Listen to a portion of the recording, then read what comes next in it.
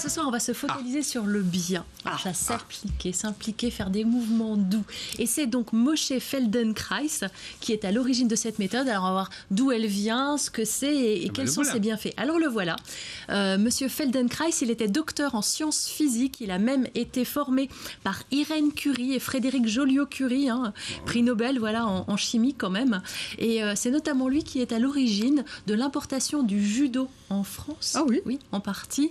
Et aussi du jujitsu en France. Oui. Oui. Il nous a quittés quand même. Il nous a quitté ce cher monsieur. Alors, il a quand même constaté que sa capacité à se déplacer sans douleur dépendait en fait de sa façon de le faire. Et c'est de là qu'est née la méthode Feldenkrais. Alors, sa femme était pédiatre et il observait les enfants. Et il observait que les enfants avaient cette capacité à se mouvoir de leur propre manière, ce qu'on oublie un petit peu quand on avance dans l'âge. Qu'est-ce que c'est cette méthode? Oui, qu'est-ce que c'est? C'est vrai. C'est la prise de conscience du corps par le mouvement. C'est-à-dire qu'on va faire des gestes extrêmement lents et en faisant ces gestes extrêmement lents, eh bien en fait on va prendre conscience de son propre corps. Alors ça se passe à la maison Arc-en-Ciel à Nancy, qui est une maison très très jolie. On voit ici une séance Feldenkrais et là vous voyez que les gens bougent extrêmement lentement. Il n'y a pas de façon de le faire. L'animateur guide les gens, il les guide uniquement par la voix, il ne leur montre pas le mouvement puisque chacun fait le mouvement en fonction de ce qu'il ressent dans son corps.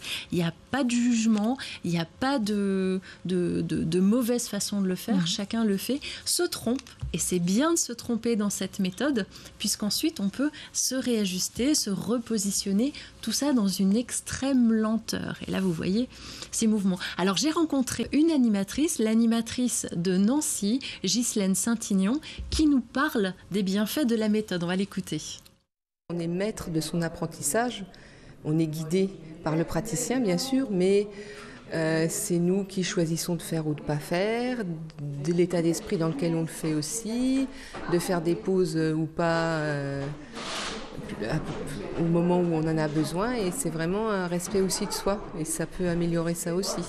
C'est un vrai respect de soi, c'est-à-dire que chacun se respecte pleinement en faisant ces mouvements d'une extrême lenteur. Ça dure longtemps la séance? C'est du yoga mais plus doux. Alors, oui, c'est beaucoup plus doux que le yoga, effectivement, beaucoup plus doux que le yoga. Il y a deux façons de le faire, ou bien on a des séances plus courtes qui sont le mardi soir à Nancy, ou alors on peut avoir un atelier qui durait là 3 heures le samedi matin à Nancy, oui, avec une pause.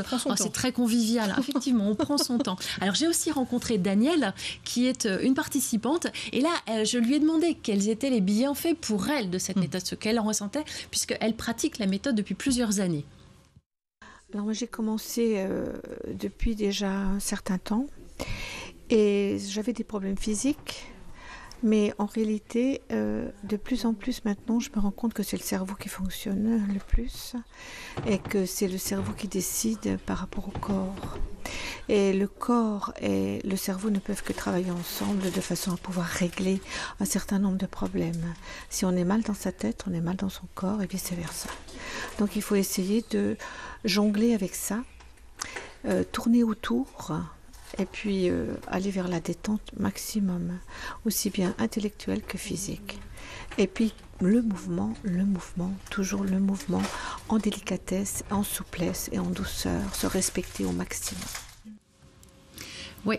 Le mouvement. Alors c'est très étonnant à cette méthode. Je me suis renseignée un petit peu, je suis allée voir du côté des recherches squentifiques et on voit quand même que, alors elle est considérée aujourd'hui comme une thérapie complémentaire et les recherches ont montré des bienfaits. Alors pour le bien-être, pour les troubles musculo-squelettiques, pour la récupération après un AVC, pour le développement des enfants handicapés, pour la rééducation après des interventions chirurgicales et pour les maladies neurodégénératives. Que donc, du vous voyez, oui, il y a de vrais bienfaits qui sont attestés.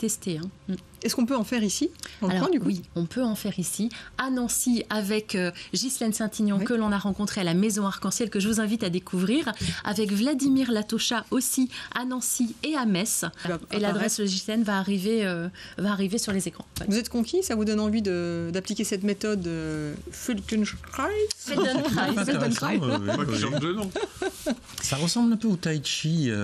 Ça me fait penser au tai chi qui est pratiqué en Chine. Moi, ça serait Oui. pas mal. Et Roger, Oui. ça pourrait te faire du bien. Bah ça. tiens, je veux. Hein. Toi qui galopes. à Ouais, longueur bah, tout le d'aujourd'hui. temps. Ouais. On va se détendre. Ouais. C'est une façon de reconnecter le corps et l'esprit. Dans nos sociétés occidentales, on a trop dissocié l'esprit du corps. Ils fonctionnent ensemble. Ouais.